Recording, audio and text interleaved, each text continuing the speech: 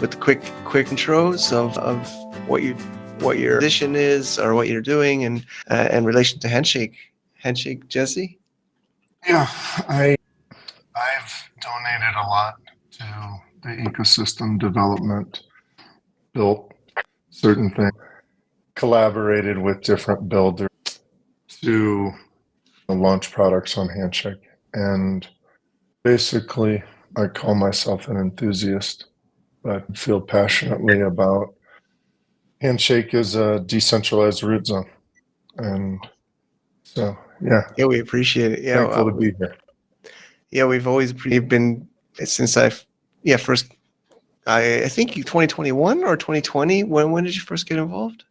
I think it was during in the first year, I think, right? Yeah. I actually was introduced from Andrew Lee, one of the other founders. I knew him before Handshake, and I reached out just to check in with him and ask what he was working on, and he said Handshake, and I checked it out, and I was like, this is amazing, and so just went all in right there pretty much. And great. So respect it. Yeah. Grateful to be here. Thank you. All right. Andrew, I know you just shared earlier, but maybe for those that are just tuning in. Yeah, so I've been involved in kind of like the Bitcoin app development and infrastructure development since like 2012, and launched Burst.io, worked on Bitcoin, which was kind of like a Node.js implementation of Bitcoin, which kind of became the basis for HSD, the node for Handshake. And yeah, we started working on Handshake in 2018, launched it in 2020, and yeah, ever since it's been a community-led project. Great. Yeah, thanks for helping us make this. So appreciate it. And then Chango. Hey, yeah, so I'll share a story that not a lot of you, I'm sure a lot of me from Cosmos and being a Handshake enthusiast and the DWeb Foundation. But yeah, Andrew just mentioned Purse.io. And so in 2015, I was in Bali and we were hosting Bitcoin related meetups. And one of the attendees at the time mentioned Purse.io. He's like, oh yeah, if you want to earn crypto by buying stuff on Amazon for someone else, you could do that through this company called Purse.io. And then I was like, oh, that's cool. Nice. And then, yeah, in 2016, I got audited. So I was forced to come back to the United States. And when I did that, I was like, what? I'm going to drop into San Francisco and visit all the blockchain companies. At that time, it was only Lightning Labs, it was Blockstream, and it was Purse. So I stopped by Purse and I interviewed Andrew's co-founder, JJ, about Bitcoin. And that's how I got to know their team. And so I followed Handshake since its inception because they did it in like, 2018? Yeah. And then started being an enthusiast and a Handshake simp. Amazing. Yeah, I definitely didn't know that. I don't even know if Andrew knew that. Probably met him. Andrew was there. You were definitely. there. It's gone like full circle to Michael now. So yeah. It's a really crazy story. It's actually my first time seeing Handshake Jesse on video. So that's really cool to get everybody together. Oh, cool. Great. It's really cool. And then Brian Buckles. Hi, everybody. I first got into domains back in 1996. I started a company called nameshop.com, and then I actually created the domain cybersecurity.com, and I wish I would have held on to that one. But I sold it when I was a poor graduate student for $4,000. Anyway, I went to graduate school. I teach economics in the Dallas-Fort Worth area, and the Liberty Coast in Texas is very strong, and there's a strong Handshake community here. And I first learned about Handshake, I was in 21 at the conference in 2021. And then at the NamesCon conference, we're at that NamesCon conference and Tango too. And I was hooked. I mean, I'm a free speech maxi, and you got economics, you got domains. So this is very, very interesting for me. Awesome. Yeah, you've shared here at the HandyCon in past, and yeah, I'm aware of the Texas. I mean, the Texas in general, or maybe Austin specifically is very big on freedom and crypto and mining, right? Like it seems like maybe it's becoming its own country. I don't know, or I've heard that rumor. The largest Bitcoin data centers in the world are both in Texas, and one of them is about 40 miles from my house. Nice. Okay, Alex, pop back. Alex, how's you? Well, I think a lot of you heard your talk, but you're a Handshake fan and working at Namebase, right? How did you hear about it? Hey everyone, just went for a quick break. Yeah, I totally forgot to introduce myself in the beginning.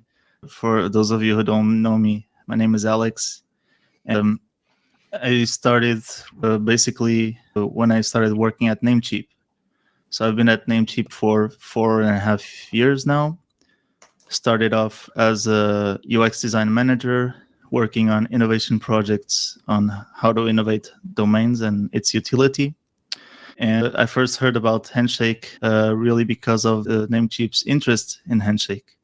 That's where I learned about the YouTube videos that you do, learned about basically Namebase as well, and you always showed the great passion for Handshake, and it made me become a domainer, which I was not previously, I guess. Yeah. And after Handshake, I started kind of learning about all the other ones like ENS, other competitors. So yeah, I that's kind of how I began into Handshake. It was because of Namecheap. Okay. I think Nathan Woodburn also, I think, heard about it from the Namecheap news. And all right, so we have 30 minutes left. I mean, it's a 40-minute panel, and there's so many amazing people here. But I think the main focus is, as the title says, the future of Handshake. There's been all this drama about hard forks. I mean, hard forks in general. Again, actually, I was involved in crypto earlier too, but I mean, Handshake's where I got really much more kind of publicly involved. And I think a lot of us just love the beauty of the true spirit of decentralization and empowering the people. But it seems like it's hard to make decisions in that kind of an environment, right? I don't know how we make a decision as such. I don't know if that's a good question, but I mean, there's been various proposals, about what to do with the future of the various hard fork proposals, right? I don't know. Can I throw something out there? Yeah, what do you say, Jesse? A meta to look at this. When I go to other communities like DarkFi, or even if you ask the Spaces Protocol guys, Mike Carson, who I respect very much, what is the problem with Handshake? And people will say the tokenomics. They'll say that it was a pre-mine. And so I'm bringing this up to frame the content of the hard fork conversation. And I think this is the interesting piece. And so just to give kind of the meta on the tokenomics, 1.36 billion of the 2 billion potential total supply was pre-mined. And about 950 million was airdropped to GitHub developers for the claim. About 200 million went to the founders and the sponsors, and another 200 million went to the legacy CAN domains and stuff for a claim. There was 680 million set aside to be mined. And this, everyone pretty much knows this, but very little of that dev airdrop has been claimed. And so there's been a conversation for years what happens with that.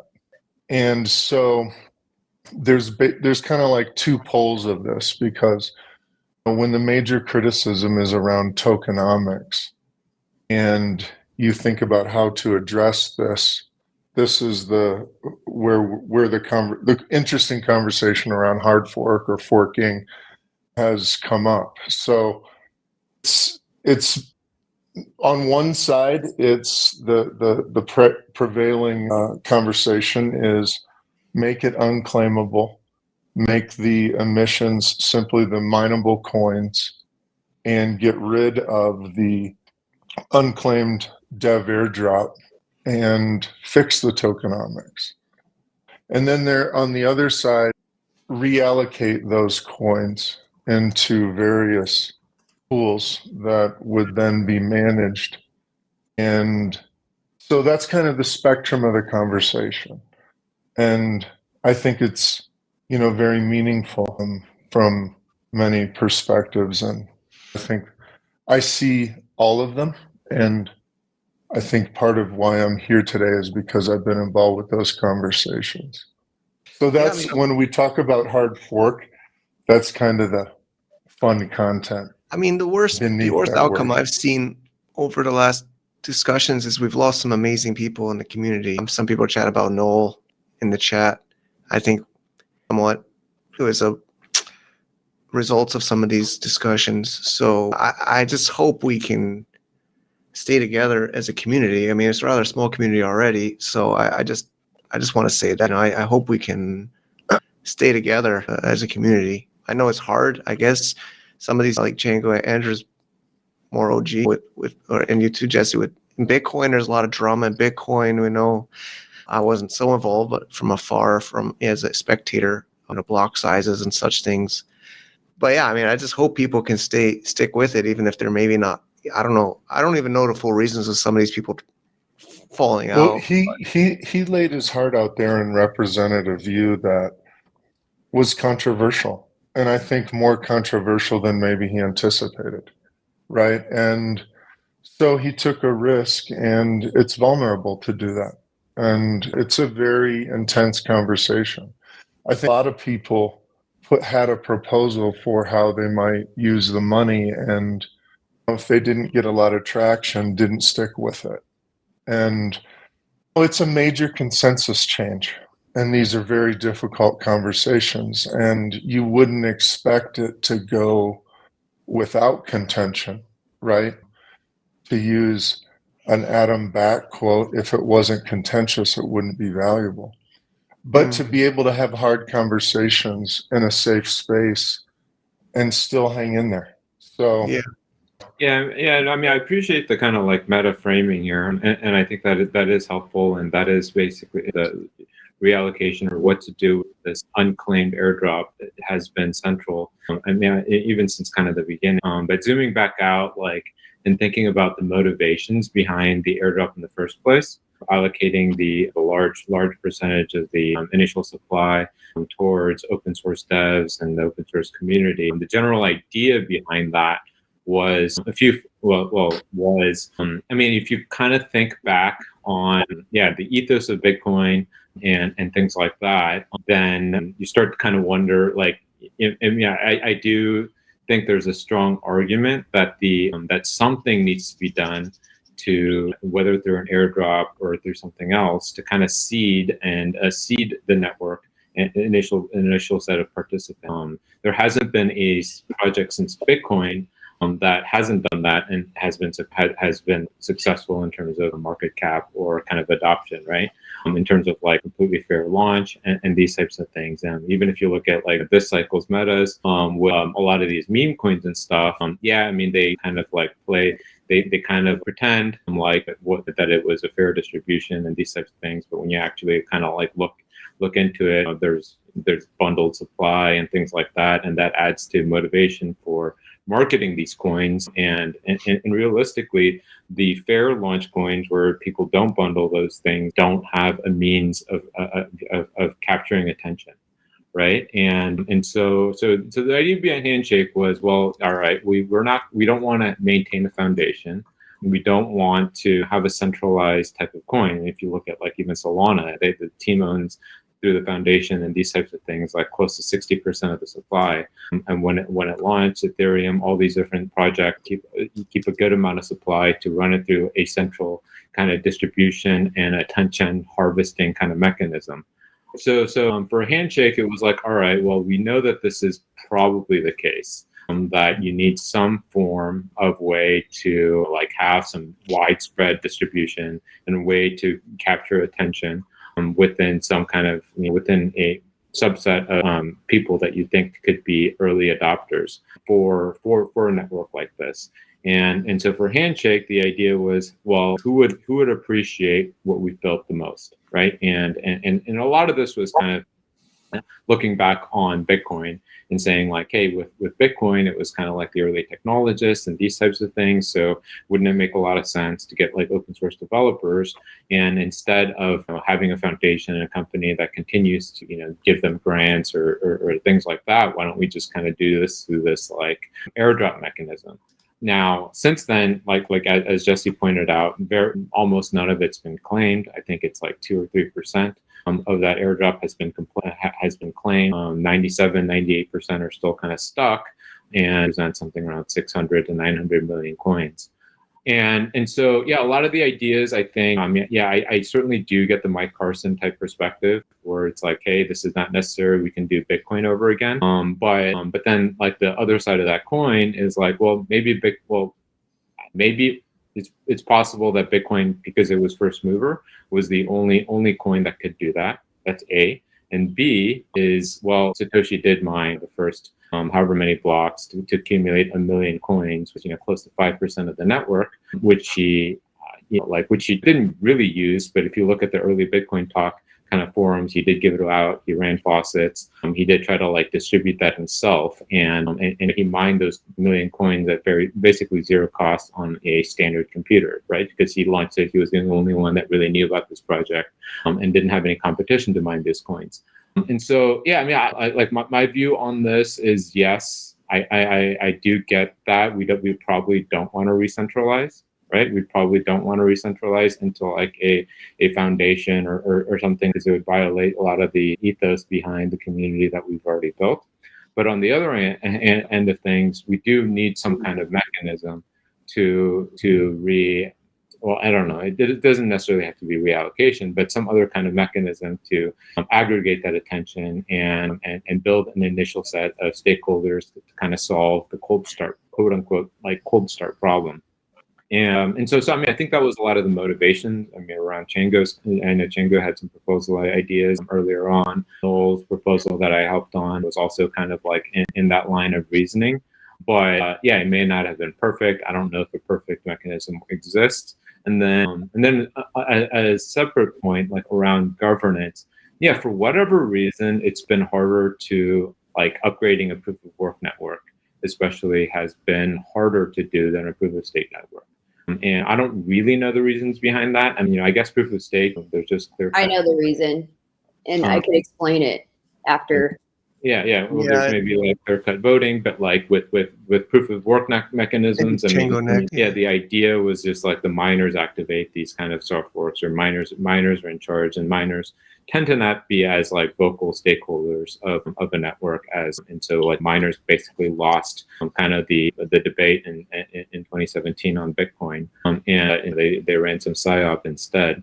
But yeah, go ahead, Chingo. Like this, I know you're more familiar with kind of like the proof of stake network type things. Well, we know from all other like previously failed governance systems that direct democracy doesn't work, because you're trying to come to consensus based on a committee. So we know that doesn't work. The last time that has happened, the ancient example where that has failed was Athens.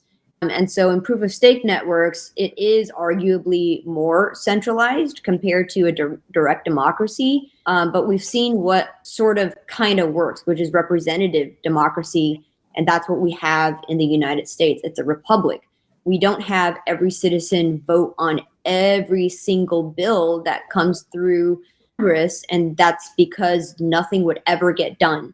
And so attempting to come to consensus via a committee where every person has one vote, with full knowledge that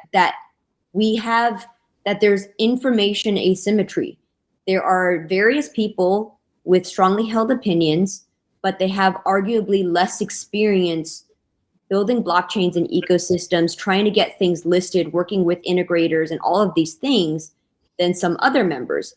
And so in that way, the argument for representative democracy, whereby you could have like a DAO system or something like that, to have representatives with those experiences and those networks to be able to delegate your vote to those people and then have them basically like run point on getting some things done and to give them the resources to get those things done. Otherwise, nothing will be done, as what you've seen.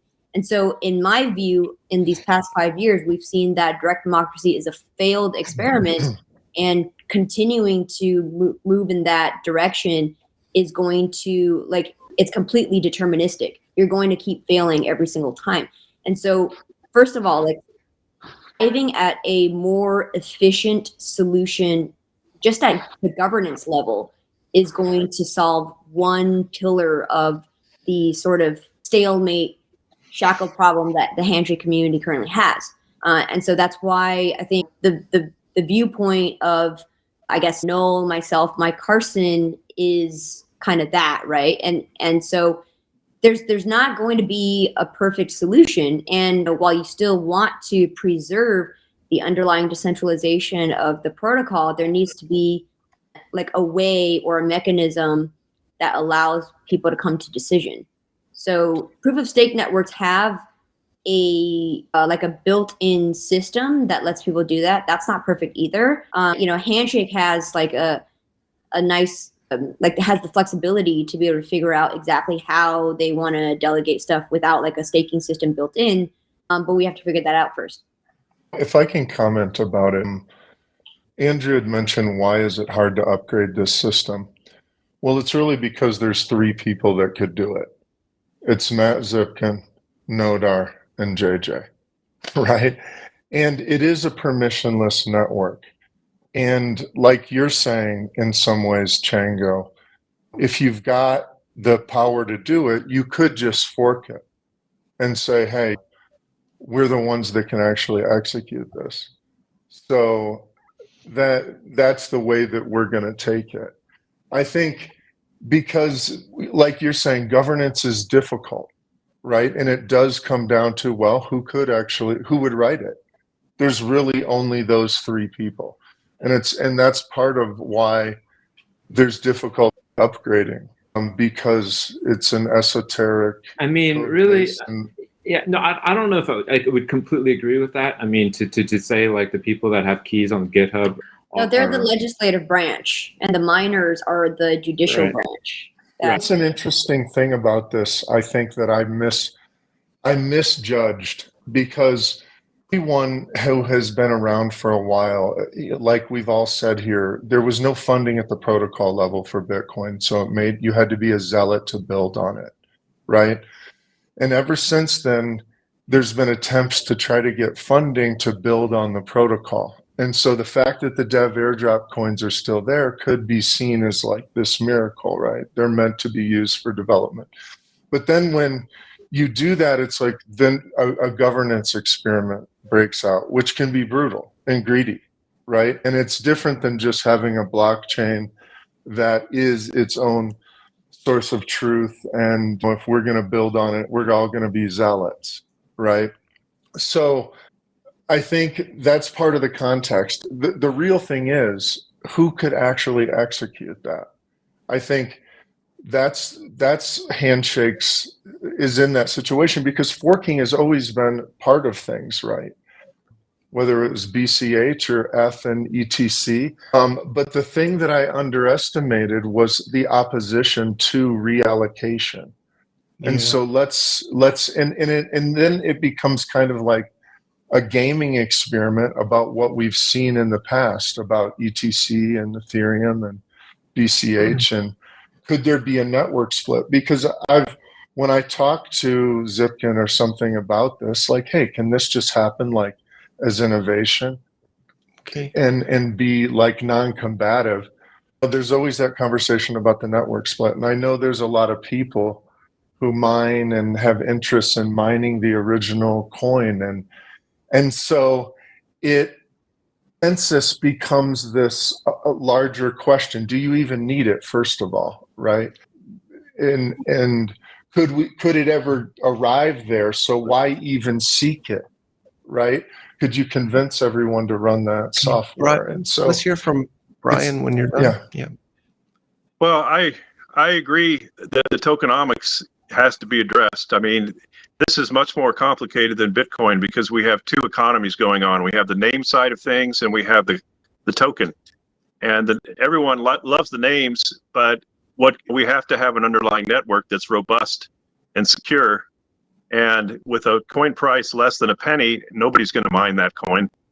And so what I think, and I could be wrong, but I think that there's too many coins and there's too much supply, and the supply needs to be tightened up as much as possible so that someone will want to mine this coin, because you can't build the namespace on a network that doesn't exist.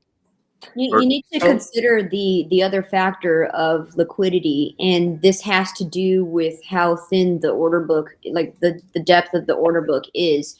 So Handshake is already compared to all other cryptocurrencies, a hyper deflationary coin. It is so deflationary that there is almost no liquidity, that if you even spend $10,000 to $20,000 buying the coin, you could raise the slippage by something like 5%. The float is too low for exchanges to want to integrate it. And so it's a chicken or the egg problem. If we keep burning the supply into oblivion, there's not going to be enough depth in the order books for people to be able to buy it without incurring significant slippage. And so we really need to be mindful of that. I think it's like a misconception to think that if we keep burning the coins, it's going to inherently make the coin valuable. That is only true if there is demand. Right now, there's not demand, and so we need to solve the demand problem. Well, I'll tell you, as soon as Donald Trump buys .Trump, there will be demand. All we need is a celebrity. But that exactly, and so that was kind of the direction that I was trying to I was taking with my presentation, which is in the future, at some point, if the blockchain could keep mining blocks, as in if it continues to be profitable for miners to mine the blockchain, and eventually in 10 years from now, or whoever, Trump or Elon or whoever tweets about Handshake or uses a Handshake domain name, yes, it will work. However, before that happens, miners are mercenary. Miners are all about profitability. If it becomes less profitable for them to mine the blockchain, they will stop mining it. And if they stop mining it, blocks stop being produced. That's really when the blockchain dies. So we need to consider the economics of maintaining the system, like keeping the system alive. So it's naive to say that if we keep burning the supply, it's going to automatically make the coin more valuable.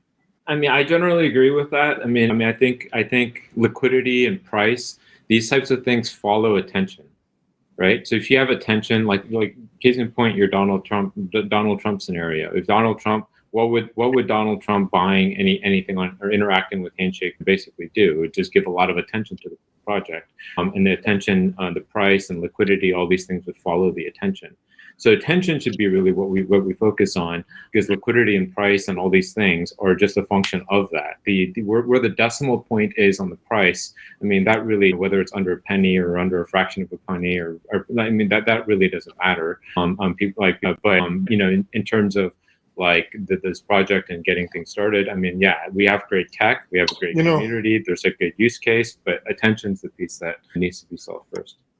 Well, I was just going to say, I think I really say this with respect for all views on this. I think fundamentally there's just a couple people who could sort of take this to a Bitcoin-like scenario where there's just mined coins, it's a utility mineable coin, it's burned, and that in and of itself sort of fixes some of the tokenomic issues.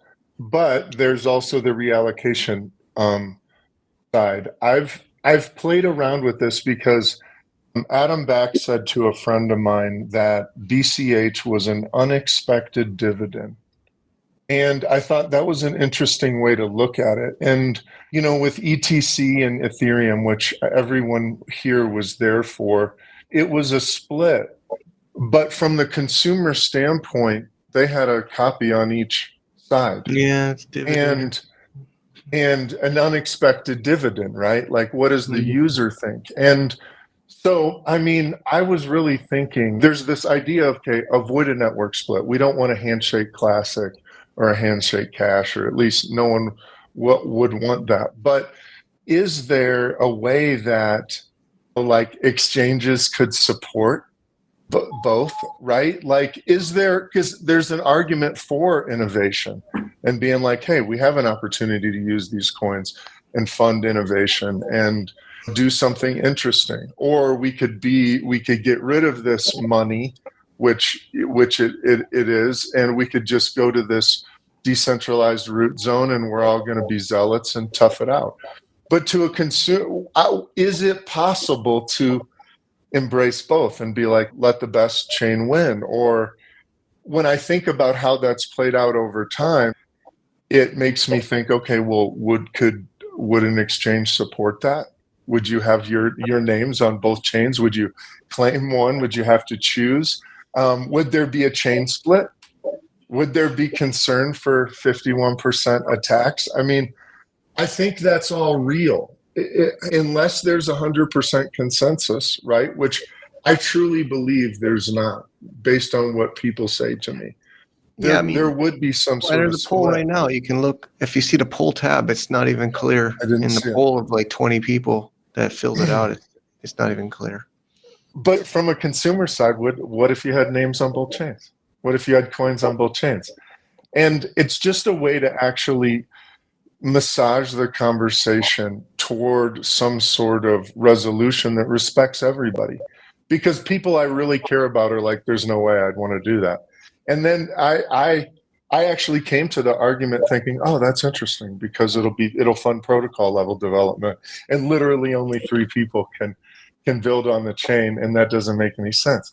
So I wonder if that's a possibility. But really what I'm doing is saying, there's opposing views, and can we have a mature conversation about the positives of each side, right? And is even a chain split in the name of updating a possibility? And if that fork occurred, only a few people could do it. Well, this is where, right?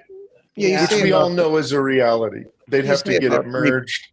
3 people on a protocol, but I think the other side is Namebase, which Alex is here. But Namebase is, a lot of people even confuse Namebase with Handshake, right? As far as the user level, most people are still using Namebase. Alex, 100%.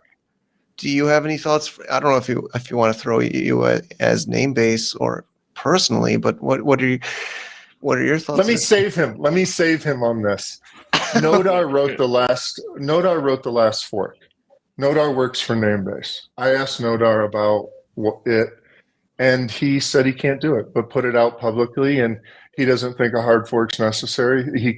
We could do it with a soft fork. And so that's part of the dynamic, is that it is only a few people. And one of them is a Namebase employee. Just to maybe be more clear, at least from my understanding, what I saw him say, I think he's not for reallocating, if I recall. I think he's okay for maybe burn, but I don't think he's okay. I don't want to speak for him. I wish he was here, but for that to happen, Namebase would have to get on board and say, okay, we're gonna allow him to write the soft fork, and that's how it would go down, as far as I understand it. Right? I'm just trying to bring it to an execution level. Well, that's why Namebase is important in that regard. Alex, quick, if you want to say something here, or if you can pass. Yeah, so I was taking it all in and listening to all of you speak. And I believe that, speaking personally from what I've seen, what we need is more activity on-chain. Like, there's very little activity on-chain. Bringing more activity on-chain will help bring the token price up, maybe fix a little bit of the tokenomics. In regards to the hard fork, as I understand it, the why is to fix the tokenomics, right? I believe that we don't necessarily need to burn a coin that's already being burned in every auction that's happening right now. But I believe that probably reallocating this in a different way, that doesn't sound well, at least in my mind, the word airdrop is related to scam. I don't know about you guys, but I believe that the best use case for these coins is to bring more builders onto our chain so that they can build their products, bring utility to Handshake, market their product, and bring more users into the chain. Ultimately, the strategy being that builders build their products, market their products, bring more people, new people into Handshake, so more activity will happen naturally. So this is what I think. If there has to be a fork of some sorts, it would have to, in my mind, the best use case is to bring more activity on chain. Yes, like we could ask Nodar to do it, but first there needs to be like a good definition of what needs to be done and an agreement, which there hasn't been. But there also hasn't been like a clear and coherent definition of why we should do the hard fork. So I think that if we were even to consider this, there should be. There's going to have to be a fork to make the names claimable that are I locked think up. three things. Yes, Yeah. yes. There's the name claims. I think everybody agrees about this, right, Brian? There's 3 points, right? Everybody always focuses on the coins. Oh, right. Of course, we could There's release also more Alexa names. That's true. That one, I think everybody that's agreeing with. one of the other ones that is actually really important and interesting. That's part of the conversation, or would be part of it, is extending the claimability of the ICANN names indefinitely. And JJ once referred to Handshake as a soft fork for the internet, and I love that. And if we don't do that and therefore be backward compatible with the legacy internet, then I wouldn't. I think there's something to the narrative of the backward compatibility and extending the name claims, and that's another thing that's come up. And I know people feel strongly about that for obvious reasons.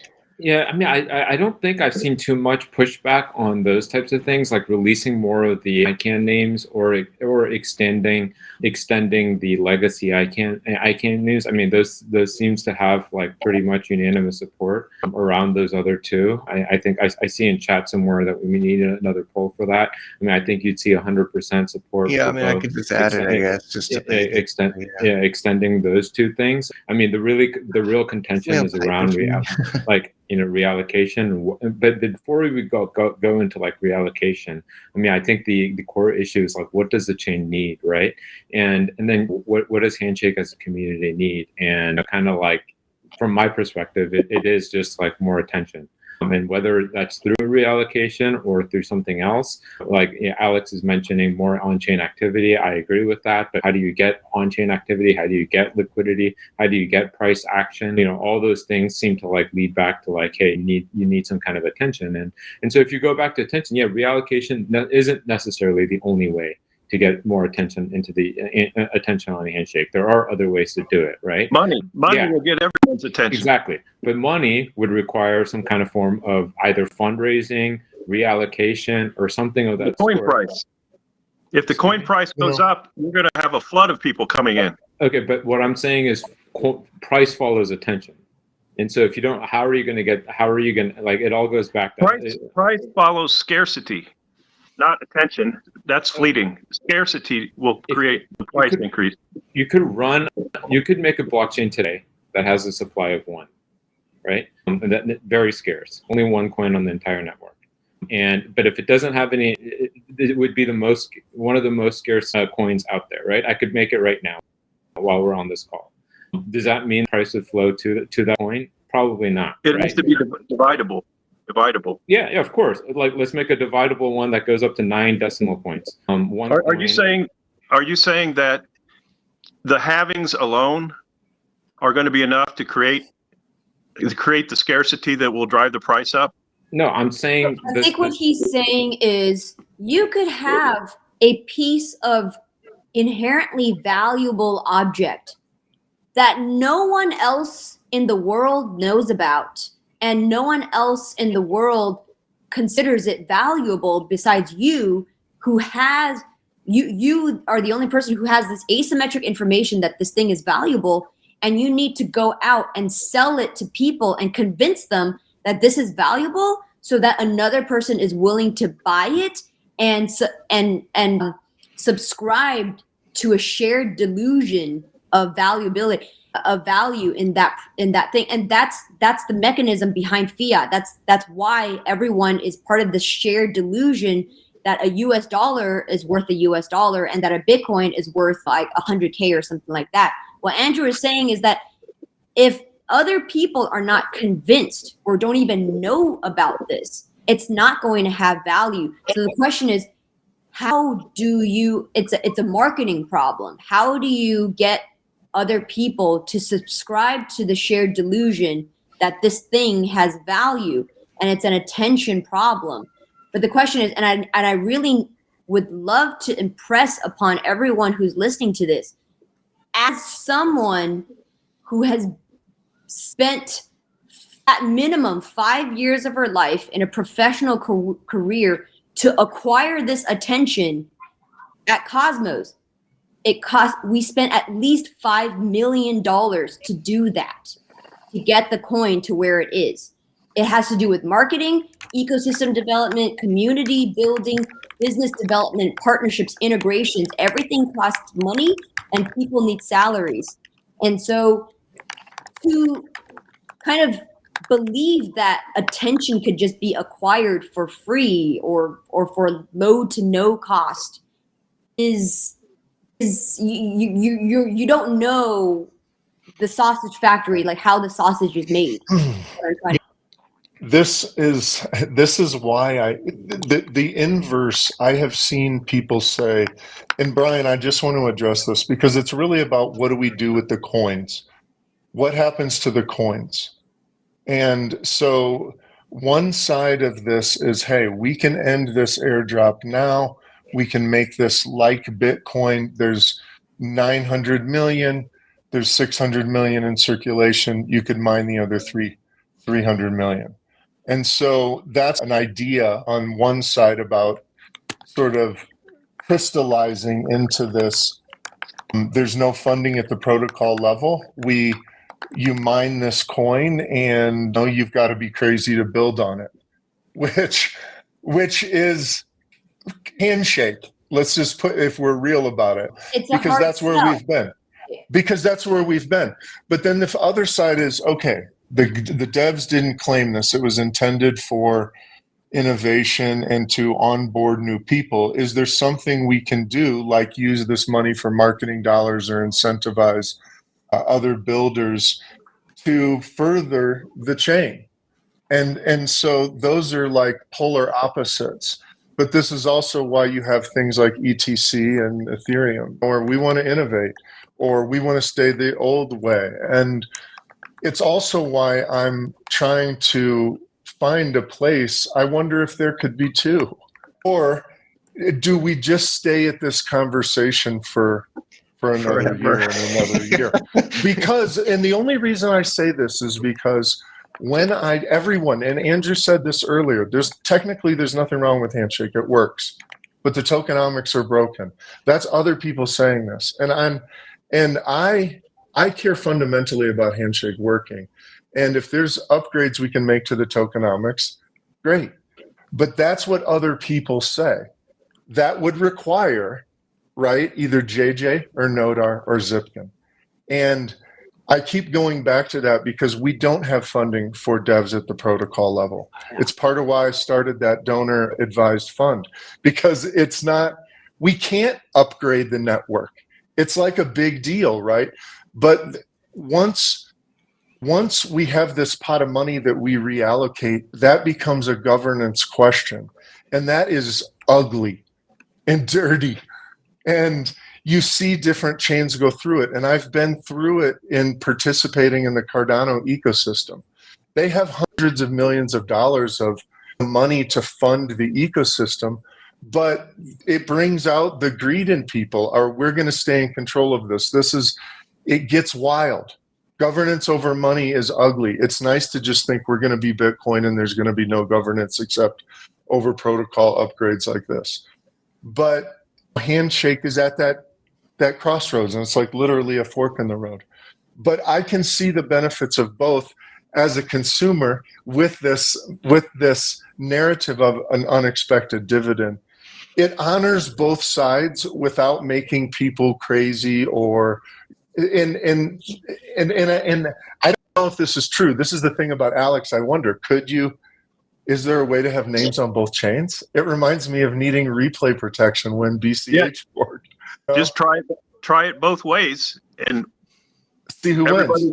Everybody's a winner. Not try it both ways. Everybody's got duplicates, got a stake in both, and then one of them's going to work. It's a mature conversation about how to game out a disagreement, and there's a lot of historical precedent for it, right? Mm-hmm. And so I have close friends on both sides. That's part of my perspective, and who knows, right? How do we know, right? Let me just close this thought, is that's kind of where I've been driving the conversation. Is that possible? It's actually amazing that back in the day, you got your BCH and your ETC and exchanges honored it and you could change it for money right there. But so there's a liquidity issue, right? There's a liquidity issue for the new coin and how are the names handled, but it's an honoring of the past and the disagreement and the difficulty in the conversation and staying together as a community, I would say, because these conversations go on for years, but they're very controversial. You see this in ETC following Ethereum fork with Charles and wanting to build in funding at the protocol level. There's a reality of needing people to develop on the chain, or you're going to stay stale. And unless you're a zealot like there were in Bitcoin, and really like Handshake people are today, right? Because there is no funding. Yeah. You are doing what Chango's saying, and you're looking at ways to build it in, and however you can do that. So it's an important conversation with diverse, formed, impassioned opinions, but it does come down to a very few people making those actual changes to the protocol. So the problem is the perspective from the outside is that the tokenomics are broken and we're not doing anything about it. People I respect very much. I see why you're called Handshake Jesus now. Yeah, yeah. There's a $50,000 fund, right? NGO set up like just last month. Do you want that came from? Because when this conversation is interesting, and I wanted the best for it, like everybody else does. But I wanted to find out who could actually do this, and I went to Zipkin, and he's been around for a long time. And I thought, okay, well, here's if we're going to fork it, what would it take? What is the cost to do it? Who could do it first of all? And he said, well, I'm not going to do it, not even for this amount of money. And I said, well, what about for that amount of money? He said, no. He said, here's the only people that could do it. It's, Nodar and JJ. And so I like bringing it down to that level of reality, but it was also a wake up call to me because not all protocol level upgrades are bad. Like if we want to reserve the ICANN names and all of a sudden a new one comes out, we might want to be able to upgrade to accommodate that new name. So we need people working at that level. That fund was intended to be a catalyst for training people on that, right? Okay. And so yeah. I think we're already over by like 10 or 15 minutes. Maybe like, I don't know. I think we have to kind of start to wrap up. I think we have it's late for some people, and there's the auctions and there will be networking after, but but like Andrew, we put a poll about enable name claims again, 70-30%. You can look at yourself. It's not a unanimous on even a name claim in this poll of this small group. It's it's I don't know. I just feel it's hard to make decisions here. Another thing that came up in this whole conversation was this concept of minimum viable governance. And Chango mentioned governance earlier, and it's not easy. It's not easy. And it's democracy is weird, and coin weighted voting is weird. And it's very difficult to make these decisions as a community. And so there's a layer of complexity to reallocating the money that I think could be interesting to engage the community, but it also requires a minimum viable governance. We're making these decisions based on GitHub polls, and there's no real system of conversation. It's like thumbs up on the Discord for the reallocation, right? And so part of it is, if Handshake is going to have governance and a community conversation, because when I do talk to Namebase, they say, oh, well, if the community wants us to do it, then Nodar could do it. And it's like, well, how do we even arrive at consensus? And what does that mean? Is it 60% of the community? And is that a GitHub poll? So there's not really, this is where, okay, we put in some sort of system of governance, or you just fork it because you can, right? And it's permissionless, and you wake up the next day and you're a consumer that had the network forked. So the governance piece of this isn't simple. And so, like you're saying with the polls, it brings up a question about how are we making decisions? Because how do we arrive at consensus? What is the threshold for consensus? And these are difficult questions. They're exhausting, and you have to be committed to governance. And honestly, my engagement in governance has made me hate it and made me like Bitcoin more. Because I don't know. I think anybody in these communities, you get in arguments with random people on the internet, like it's like a regular thing, right? Like to do a like I've gotten burned out a couple times in this community over the years with like debates and things, and it's definitely not easy. The only argument we have to remember that Bitcoin went through one of the bitterest governance wars in 2017. So, I mean, right now we're Bitcoin, happy land because it has reached like an equilibrium. Whereas for Handshake, we haven't even gotten to the. I mean, my take on the Bitcoin thing is like basically the team that was best at getting the attention is the side that won. Satoshi wrote a white paper on peer-to-peer payment system, and it's far from that, right? And the team that was going against that, the idea that Satoshi put out, is the one that won. And they won through, and if you kind of analyze kind of like how they won, it was a lot of psyop tactics, right? And it was governance. It wasn't one miner, one vote, or it wasn't based on hash rate. It wasn't based on any of these things. It was really just like, basically a psyop war. And the team that was like best at doing that is the one that won. I think we should be careful at like putting Adam back or people like that on a pedestal, because they're really, as far as I can tell, they're like, just psyop agents. But psyop agents who haven't actually done anything for Bitcoin since it launched, raised a lot of money for a company that did nothing. And we're like 14, 15 years in. I don't know of a single Blockstream contribution to the Bitcoin.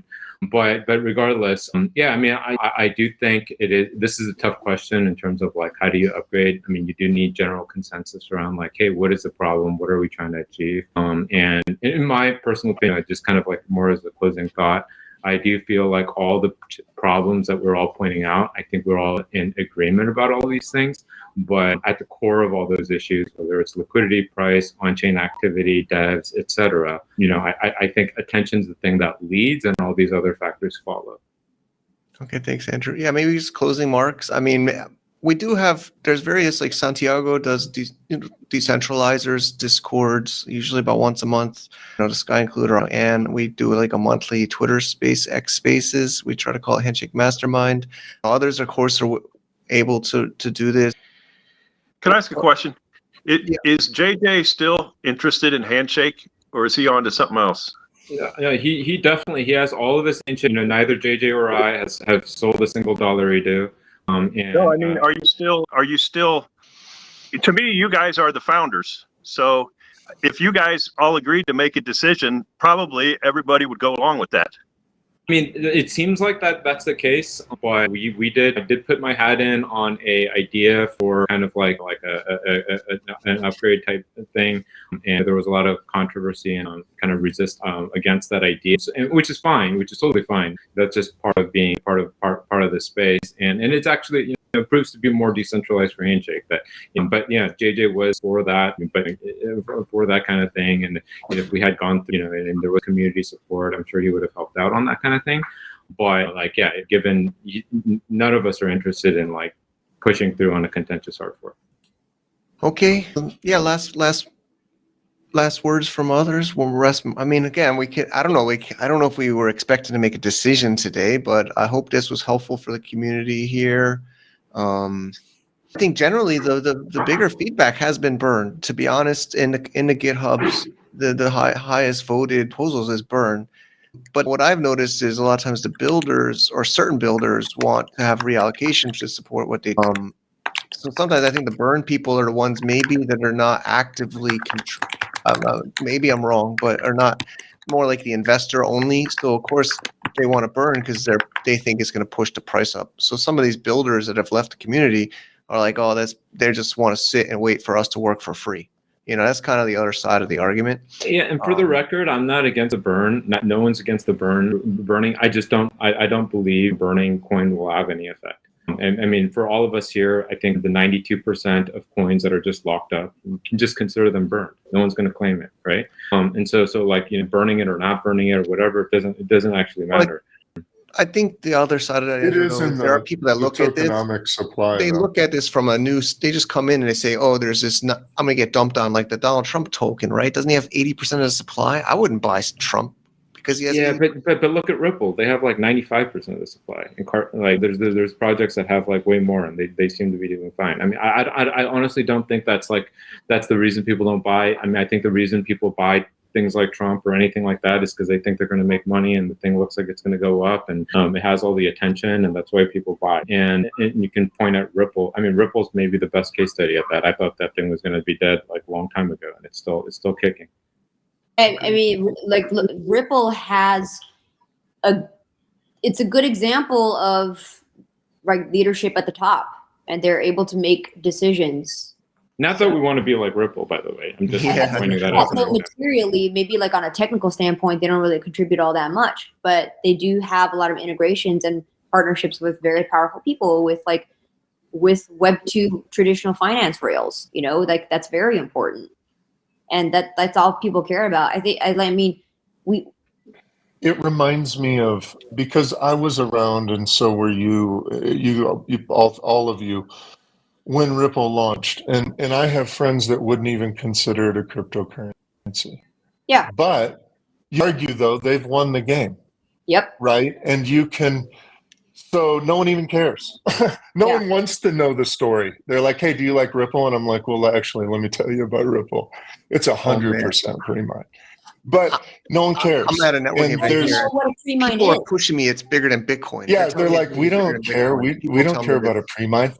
The thing about this is something that's real in Handshake, and it's real in the old school Bitcoiners, right? That have been around that are like, we would rather end the dev airdrop than, it's almost like Bitcoin versus Ethereum, right? Or something like that. And well, why not innovate? But it's a real argument, right? And so that has to be respected. But unless somebody's just going to build it, you had said something interesting.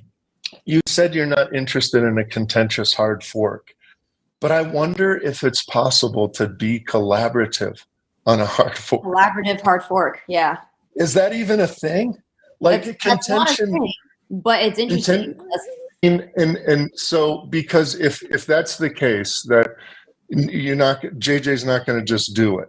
Right, and that some people who are against it would just happen, but could we vote and prepare, even as exchanges and as a community, for a collaborative upgrade? The only reason I use Adam back is because that quote has stuck with me, as a unexpected dividend, in that a lot of people experienced it that way. They're not in the front lines of, we need to upgrade the network, or they just like want number to go up. And on one day they're like, oh my gosh, I have 2 of these. What's this, right? And so I wonder if that's possible. I wonder, and because if it's not gonna, there's no hurry to make a change. Matt even said, well, why change the tokenomics now? Like, isn't that shitcoinery? And I was like, well, Bitcoin had an inflation bug or whatever. Arguing out the differences to change tokenomics. And so not doing anything shows that it's contentious. Even if people are going to say the tokenomics are flawed, well, they're hard to change because people give a shit. But there is a debate, an active debate about reallocating and starting to put those funds in places that would be most effective. So hopefully all holders, right? But there's also this camp that's like, no, we're the decentralized one, we're a public utility, and we don't upgrade. You know what I mean? If you're going to build on this, it's a permissionless network, and you can do whatever you want to do. So I wonder, as this conversation continues, if they can both conversations continue, because if there ever is going to be consensus, that is, it's going to come through conversation, and those people on each side being like, okay, well, I could give in this. What I'm saying, if we're ever going to reach consensus, it's going to be through conversation. If the conversation is ever going to continue, it's going to be in a place where it's safe for people like Noel, for people like Paul, to say hard things. I remember when Chango first brought up the reallocating. I was like, that's fucking crazy. But there was something beautiful about it because it was creative, right? And so it has to be a space where we can be comfortable with divergent thinking and creativity, and in order to avoid a network split, right? And so I think it's a really cool conversation, and I'm grateful to be a part of the community and grateful to be a part of the panel. Yeah. I do think that a collaborative hard fork is actually very compelling. It's really interesting to think about because it gives the community optionality to pick which side, like which fork, the original one or the upgraded one, like which one is actually like they want to be a part of. And the other thing I like to say is that the better analogy is like, I think the Handshake community is much more like BCH, like the current community that comprises Handshake has more similar ideology with BCH than anything else. And there are those of us, myself included, who kind of more adapt with the changing tides of the cryptocurrency market, right? There's no such thing. I mean, I think it is a virtue that Handshake has, like a very similar genesis story to Bitcoin. But at the same time, we do have to respect that the market has moved on. It's been more than 15 years since that's happened. And so many shifts in the Overton window has already happened with what people care about, like what the mass market cares about. Like there's only like 100 of us here right now who actually believe in decentralization and those types of values, but the market has moved on. The majority of people who are speculating and spending money in crypto don't even understand what decentralization is, and they don't care. So there's some give that we should be able to make to accommodate this new market, because that's the market who's buying cryptocurrencies. That's where the demand is going to come from. If we're trying to get attention, we are trying to get attention from them. So I think there's a possibility that the new regulators are going to incentivize blockchains that are decentralized. I think the people in charge now have a little better understanding of a strategy, and that decentralization should be incentivized, hopefully. All right. Okay, I'm not sure where you're getting that from. I just know that the recent update is that they want to include crypto reserves of the most popular assets that came out of the United States. So that's like XRP and like I think ADA was part of that too, and like definitely Bitcoin. I'm not sure if Ethereum was on that list, but I think they said that only Bitcoin's going to be in the reserve, and the other ones they're just going to seize through, like when they arrest criminals or whatever, they'll create a stockpile of those others. But they did say that Bitcoin is in a different class, and that is the only one that will be in the reserve. Okay. Yeah, and the other thing is like they're talking. It was more of like the like the ones that come out of the United States are like not securities or something, and like Handshake is far down the list. It's not even like the 1,000th coin on that list that they're going to consider a security. So like that's not something that we have to worry about. Like our real problem is like, community come together, arrive at maybe a collaborative hard fork or something like that to push the protocol forward and keep this train chugging along. I'll leave it at that. I still think there's that proof of work is very unique, and because it is proof of work, that means the miners need to have a high priority in satisfying the miners, and it's not like Ethereum or what they're doing over there. So I think we ignore the miners at our own peril.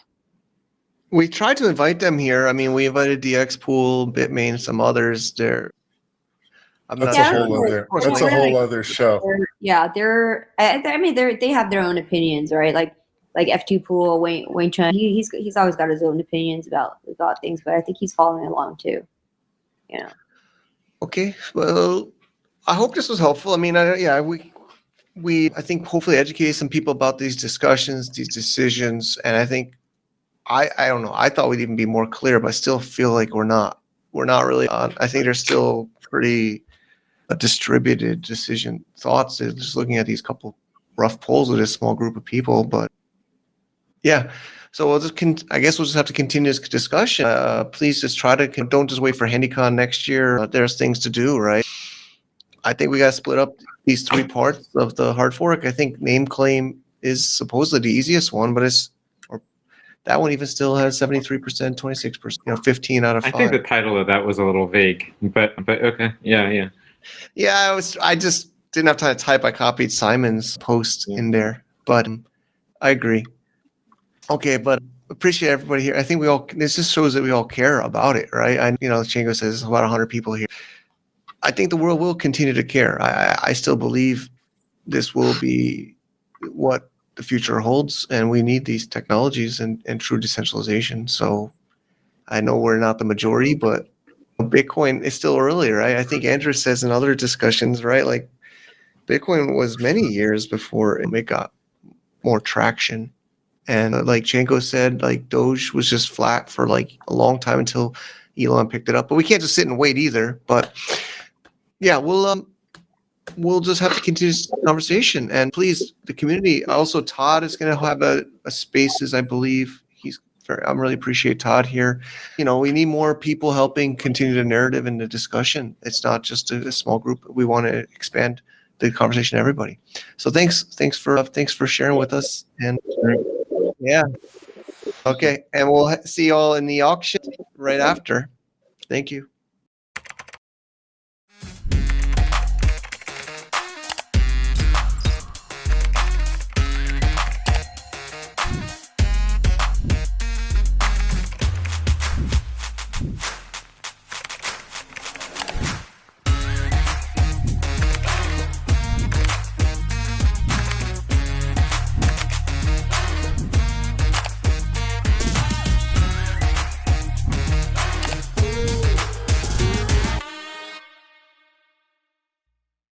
This event wouldn't be possible without our amazing sponsors.